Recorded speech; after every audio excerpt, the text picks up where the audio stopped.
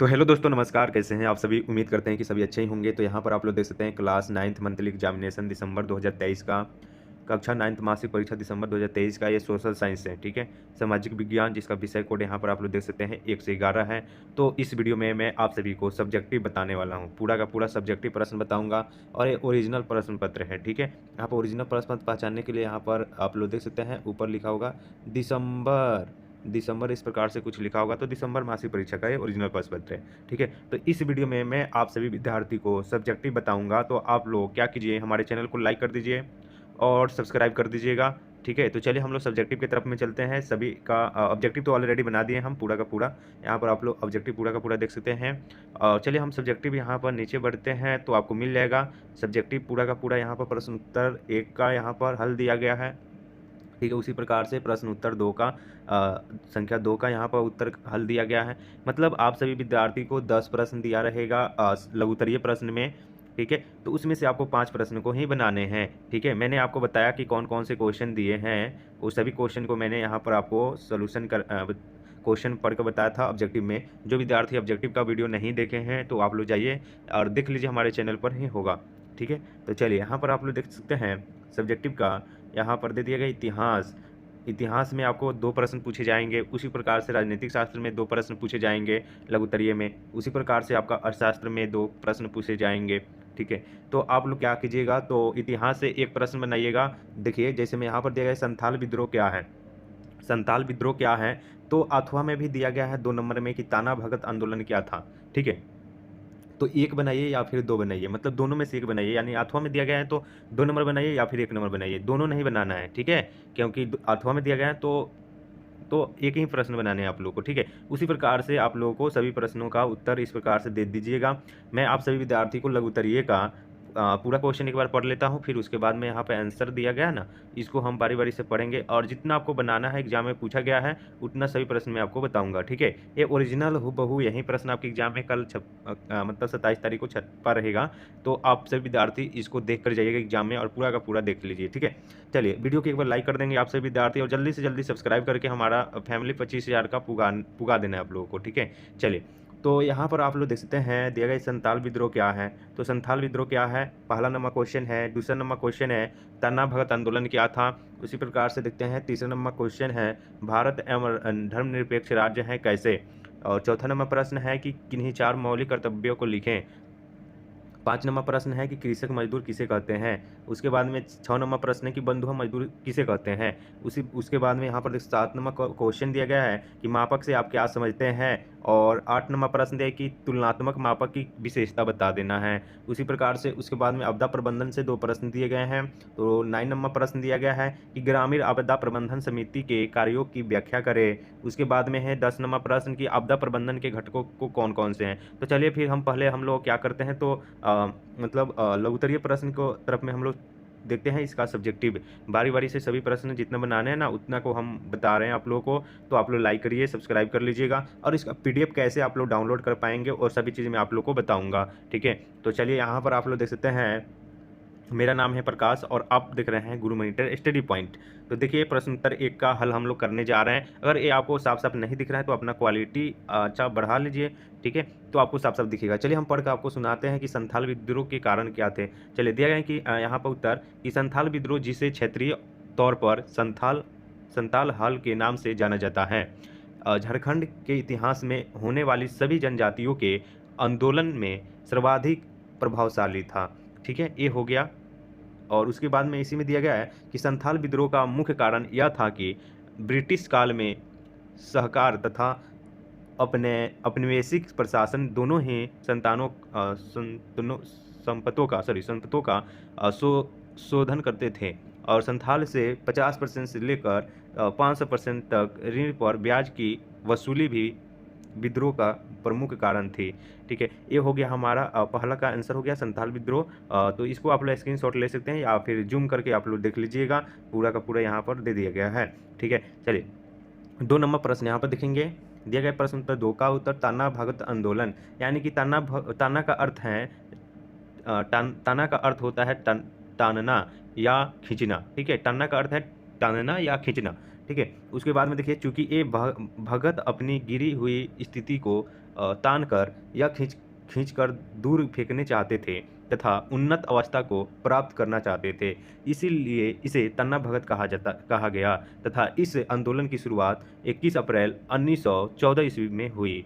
ठीक है, इतना लिख दीजिएगा तो 2 नंबर प्रश्न का उत्तर कंप्लीट हो जाएगा। उसके बाद में हम यहाँ पर प्रश्न संख्या 3 का उत्तर यहाँ पर हम देखेंगे।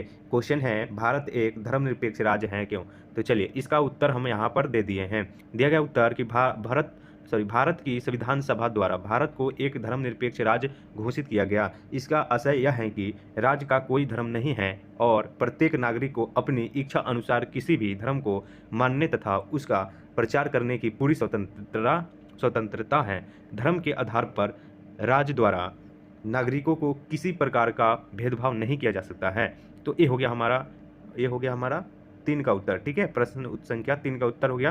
तो आप लोग इसको आराम से देखकर आप लोग लिखिएगा। ठीक है, उसके बाद में हम 3 के बाद में 5 का उत्तर देख लेते हैं। ठीक है, मतलब जिस प्रकार से उत्तर दिया गया है, मतलब 10 प्रश्न में आपको 5 का बनाना है। जो मर्जी करे वो बनाइए आप लोग। ठीक है, जो हमको अच्छा लगा उसको बना दिया गया है। ठीक है, चलिए यहाँ पर देखिए, प्रश्न संख्या 5 का उत्तर है कृषक मजदूर। चलिए यहाँ पर देखिए, वह किसी व्यक्ति की भूमि पर केवल एक श्रमिक मजदूर के रूप में कार्य करता है तथा अपने श्रम कार्य के बदले में आटा या अनाज के रूप में प्राप्त करता है। इस व्यक्ति को कृषि श्रमिक कहा जाता है। तो ये हो गया हमारा 5 का उत्तर। उसके बाद में यहाँ पर यहाँ पर देखिए, प्रश्न 4 का भी उत्तर यहाँ पर दिया गया है, यानी कि 4 मौलिक कर्तव्य, यानी 4 मौलिक जो कर्तव्य हैं उसके बारे में आपको पढ़ना है। थोड़ा ये पीडीएफ जो है ना वो आपको दिख नहीं रहा होगा, लेकिन आप लोग जूम करके या फिर अपना क्वालिटी बढ़ा लीजिएगा। ठीक है, चलिए यहाँ पर देखिएगा, दिया गया है कि संविधान द्वारा अपने समस्त नागरिकों के कुछ कर्तव्य बताते गए हैं जिन्हें मौलिक कर्तव्य कहते हैं। 4 मौलिक कर्तव्य इस प्रकार से हैं। कौन कौन से मौलिक कर्तव्य हैं ये पढ़ते हैं हम। तो आप लोग देखिए, दिया गया है कि संविधान का पालन करने और उनके आदर्शों, संस्थाओं और राज्य गठन एवं राष्ट्रीय गान का आदर करें। और देखिए 2 नंबर इसका है, भारत की संप्रभुता, एकता और अखंडता की रक्षा करें तथा इसे अनुक्षुण्ण रखें। चलिए 3 नंबर है, देश की रक्षा करें और आह्वान करने पर राष्ट्र की सेवा करें। और 4 नंबर कर्तव्य हैं कि सार्वजनिक संपत्ति को सुरक्षित रखें और हिंसा से दूर रहें। ठीक है, हिंसा से क्या करें तो दूर रहें। यही 4 मौलिक कर्तव्य हैं। तो इन चारों कर्तव्यों को आपको लिख लेना है, 2 नंबर आपका मिल जाएगा। तो देखिए हमारा जो है लघु उत्तरीय कंप्लीट हो गया है। चलिए एक और लघु उत्तरीय में यहाँ पर 6 नंबर का उत्तर दे दिया गया है।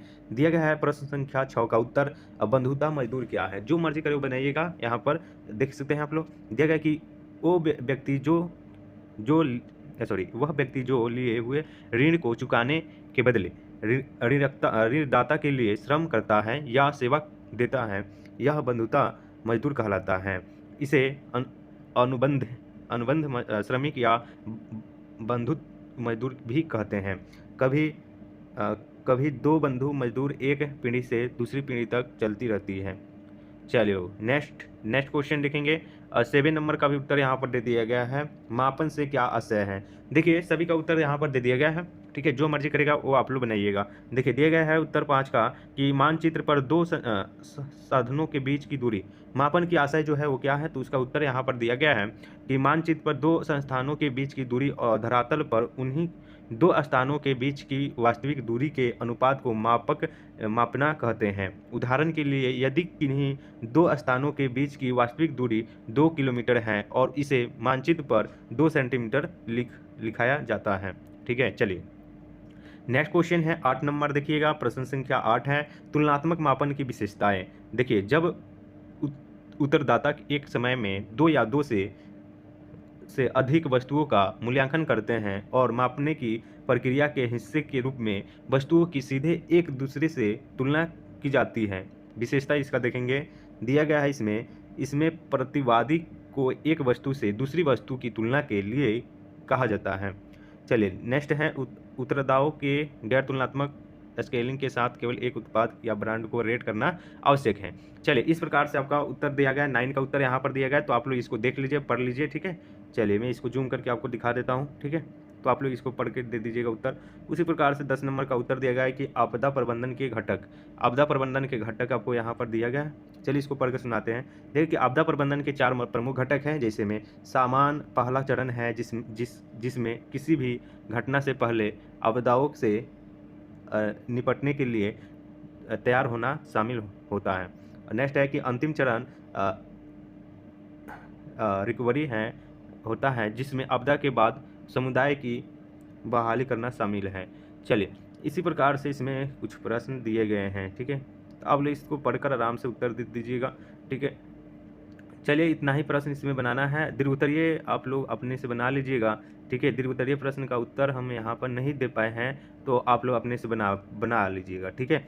तो दोस्तों जो विद्यार्थी हमारे चैनल पर अभी नए हैं, सब्सक्राइब नहीं किए हैं, तो जल्दी से आप लोग सब्सक्राइब कर लीजिएगा, क्योंकि अभी आप लोग 9th क्लास में हैं। 10th में जाइएगा, 11th में जाइएगा, 12th में जाइएगा तो आपको हेल्प किया जाएगा, ठीक है। और 10th में जाइएगा तो बेसिक आपको पढ़ाया जाता है, 10th का तैयारी कराया जाता है इस चैनल पर। तो इस चैनल को जरूर से जरूर सब्सक्राइब कर लीजिएगा। और जो विद्यार्थी अभी तक व्हाट्सएप ग्रुप में नहीं जुड़े हैं या फिर टेलीग्राम में नहीं जुड़े हैं, तो लिंक डिस्क्रिप्शन में दिया गया है, तो वहाँ पर जुड़िए।